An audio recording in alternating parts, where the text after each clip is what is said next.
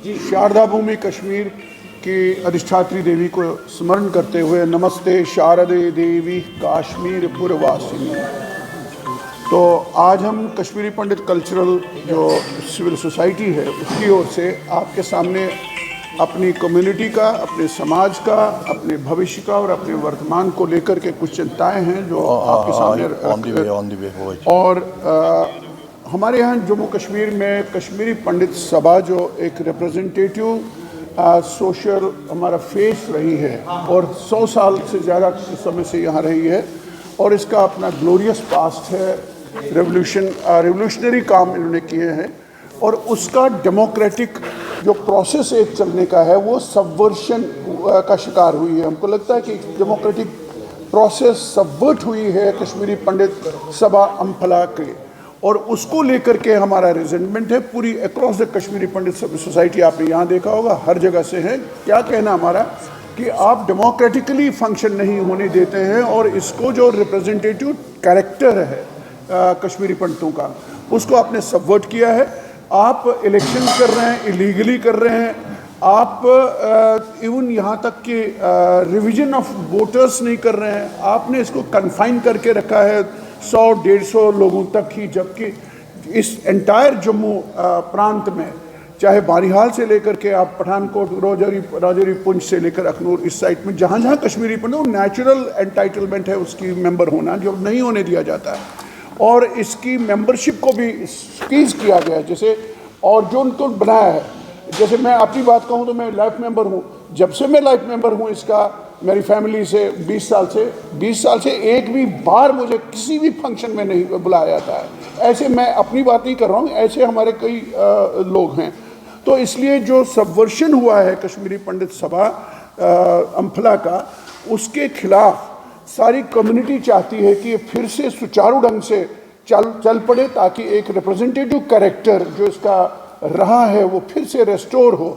उसके लिए अभी जो इलेक्शन प्रोसेस की जाती है वो इलीगल है और कई दिनों से वो मान्य नहीं है, और उसके लिए अपने मिसाल के तौर पे यहाँ किरण वातल जी बैठे हैं, यहाँ प्रोफेसर साहब बैठे हैं, यहाँ इतना इलीट अपनी कम्युनिटी का जो इंटेलेक्चुअल फेस भी है और कॉमन फेस भी है वो यहाँ है, वो आपको एक्सप्लेन करेंगे। हमारी पीड़ा है कि इसको अपने ग्लोरी जो प्रेस्टीन फेस रहा है कश्मीरी पंडित सभा का वो रेस्टोर हो। उसके लिए तमाम कश्मीरी पंडित एक मत, एक आवाज़, चाहे कितनी भी ऑर्गेनाइजेशंस हों, इसके लिए कंसर्न एक्सप्रेस करती हैं कि इसका रेस्टोर हो वही कैरेक्टर, ताकि जम्मू कश्मीर में एक ऐसी संस्था है जो सोशल, इकोनॉमिक और भी जो हमारी समस्याएं हैं उनको एड्रेस करने वाली कश्मीरी पंडित सभा अम्फला फिर से उस ग्लोरी को प्राप्त करे। इसलिए मैं आप सबका धन्यवाद करता हूँ। देखिए, मैं कुछ बातें कहना चाहूँगा जो सभा की बाज़ाब्तगी में होनी चाहिए। एक्चुअली हमारे पास एक कॉन्स्टिट्यूशन है सभा की।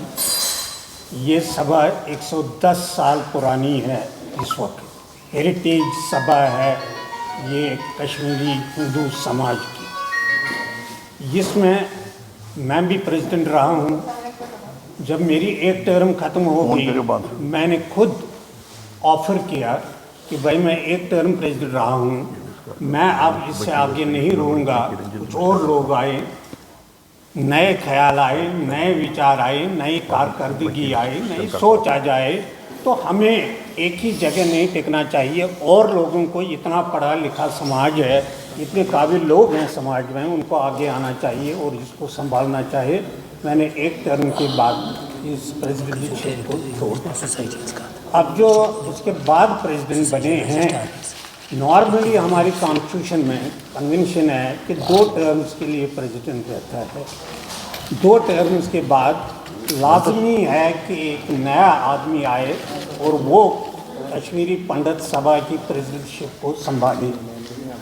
ये 2 टर्म 2018 में ख़त्म होती थी, लेकिन 2018 में एक नाम नहाद जनरल काउंसिल, जिसमें 20-25 लोग मुश्किल से रहे होंगे, उनसे एक रेजोल्यूशन पास किया गया, नहीं जी अब टर्म 5 साल की होगी, जो बिल्कुल बेज़ाब्तिगी है, बिल्कुल वायलेशन ऑफ कॉन्स्टिट्यूशनल नॉर्म्स हैं। क्योंकि जनरल काउंसिल भी ऐसा रेजोल्यूशन पास कर सकती है अगर वो इलेक्टेड जनरल काउंसिल है। वो इलेक्टेड जनरल काउंसिल नहीं थी। मैं भी जब प्रेसिडेंट रहा, इलेक्टेड जनरल काउंसिल बनाने में कुछ दिक्कतें ज़रूर आती हैं।